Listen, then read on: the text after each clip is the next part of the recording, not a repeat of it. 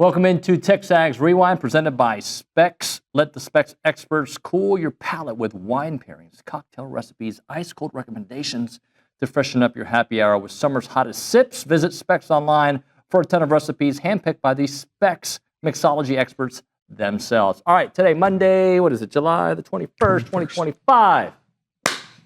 Not a lot of guests. Not a whole lot today. A lot of commentary. Yep. What was your favorite comment or commentary on the show, Nygren? I would go whenever you talked about each SEC team and you kind of went in depth. That was your favorite. Yeah. You're the one. I'm the only one. Nick, that was rude. Very rude. Sorry. Nick, what was your favorite commentary from the show? I liked when you and Olin Buchanan went through each team's schedule and what they were going to be record-wise when it came to the A&M game. So I thought that was neat. Good practice. Thank you. I try to practice safe practice here on the show.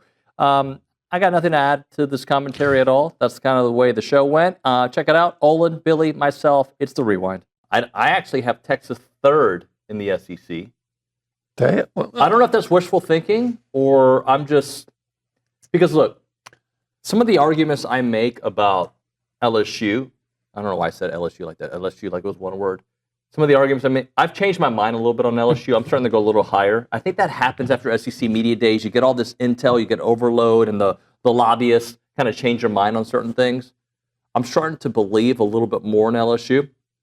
As for Texas, and we're going to have a segment later, what will their record be when they play A&M? Okay? So we will look at most of A&M's opponents. Not all of them, but most of them. And we'll just kind of where you think they'll be when that comes. But I look at Texas, and I'm like, I think they're going to be a much better version of themselves at the end of the year. By the way, I do have them beating Ohio State to start the season. Okay. I think they win that game. But I think there's going to be a couple roadblocks in the middle of the year, most notably the Florida game in Florida, that I have them slip, and I think they'll lose to Georgia as well. And then it could come down to that A&M game at the end of the year. Well, that would be exciting. Could. I think you come away from SEC media days and every team sounds good. This is true. No one. Even Mississippi State sounds good. Yeah, he was talking up his team. Arkansas was talking up his team. And I think it's because you accentuate the positive of your team, and you kind of gloss over the negatives. Brian Kelly, hey, I'm bullish on our offensive line, all the while acknowledging, we got to replace 4 guys that were drafted, and nobody's going to replace Will Campbell. Right. I said, okay, all right, but you're bullish. But does that mean you're as good as you were last year? And if you're not as good as you were last year in pass protection, is Nussmeier going to be even more prone to interceptions? Could this offensive line be better, though, at blocking for the running game? Because that's where they struggled last year. They struggled to run the ball. I would question that because it's not. It's one thing if you're losing 4 offensive linemen and they were okay and like South Carolina. Right. Are you familiar with the University of Missouri? Yeah. And their head coach Eli Drinkowitz. I like him. I like him too. I don't think he should have kicked the field goal down 41-7. I think he might have had maybe a rooting interest. Yeah, maybe somebody he knows, cashed in. What did you think about his idea for the playoffs? Did you see this? I don't think it's that bad, actually. Oh, really? Okay, that surprised me. I would have think because you're only adding he said 30. So here's the deal. Hey, let's have a 30-team playoff. Well, if you're gonna do that, make it 32 so it's balanced, and you only add 1 week to the to the season. Now, personally, I'd rather it get to 16 and stay there. But what about the folks that say you're diminishing the regular season? If you have a 32-team playoff, you are diminishing the regular season, are you not? People are already saying it right now. So yeah. His point was that in the NFL, I think he said 44% of the teams making the playoffs, and there's I need Matthew Dawson here. He's saying 30. Let's say 32 teams. There's 100. I think there's about 130 teams in Division I football, FBS, whatever you want to call it. So I don't know what that percentage would be. And he does make a valid point that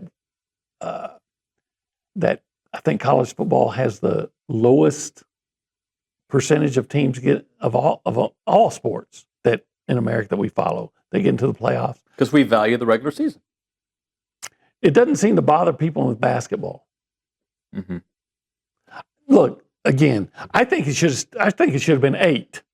But okay, 16 makes sense to me. If I hate 12 because again, that means 4 teams have to win fewer games to win the national championship than 8, and I don't think that's fair. I want everybody should have to win the same amount of games to be the champion. I think. You know what? I don't care what it is. I mean, I care, but I want to watch it with the same kind of energy, no matter when it was the BCS era, when it was votes, when it was whatever. Like I'm going to be interested, and whatever the system is in play at that moment, I want A&M to capitalize. I watched him and Nussmeier. I watched him and Sellers. He got the better of Nussmeier. Sellers got the better of him in the second half. He got the better of Nussmeier in the second half. So it's just, we don't know. Nobody knows. And the good news is Marcel has shown enough that you know the potential is there to make a strong move up that postseason list, an in-season list. But he also, that's not guaranteed. So he's got to go out and show it. And that's the one thing I always want to say, because it's the reality. He's got to go out and show it. But I think he showed it more last year than he didn't. By a pretty significant margin. And I said it in Atlanta, I'll say it now. His 2 bad games were a bad half on the road at South Carolina in front of 80,000 and during a game where you lost your best running, but your best player that he was handing the ball off to. And then the other one was Texas against what I think, turned out to be one of the 2, along with Ohio State, maybe 3 along with Notre Dame, one of the best defenses in college football last year. So that was the bad. He wasn't bad against USC. He wasn't bad against Auburn. Certainly wasn't bad against Florida or LSU. That was it. It was those 2 games. And again, probably 2 of the best 3 defenses in the SEC. I think it's completely understandable. And so anyone that rates him too low or is overlooking him, I think that's foolish as well. But I also don't think it's a guarantee, hey, he's going to make everybody look bad. I do think that's a possibility, though. I think it's a realistic possibility. I'm trying to find Mitzi's tweet about Marcel. I'm not finding it here. What do you say in general? Basically, he said, I saw the games and, he struggled in the Texas game and the other one. And it was more about consistency. But I would say overall, take away the Texas game. What was the other game you said he might have struggled in? Auburn. No, South Carolina second half. But also, here's another thing. He's just like the O-line, just like the defense. He's not above being part of the reason they fell behind 21-0 at Auburn. Potential that we've talked about for years, right? And I feel like each year he has taken a step. I'll let you take it from there. It's a good way to put it. He's taken a step each year. I mean, he went from literally, kind of coming in and not knowing much of anything.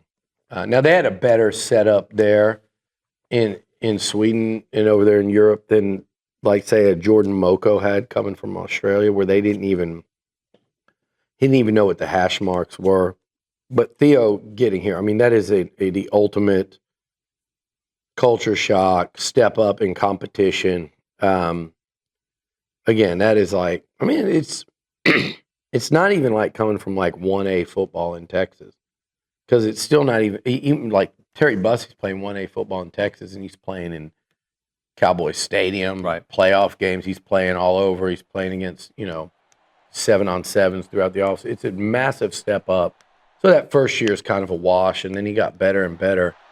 This past season, at times, looked really good. And physically, he's 10 out of 10. Mm-hmm. Size, speed.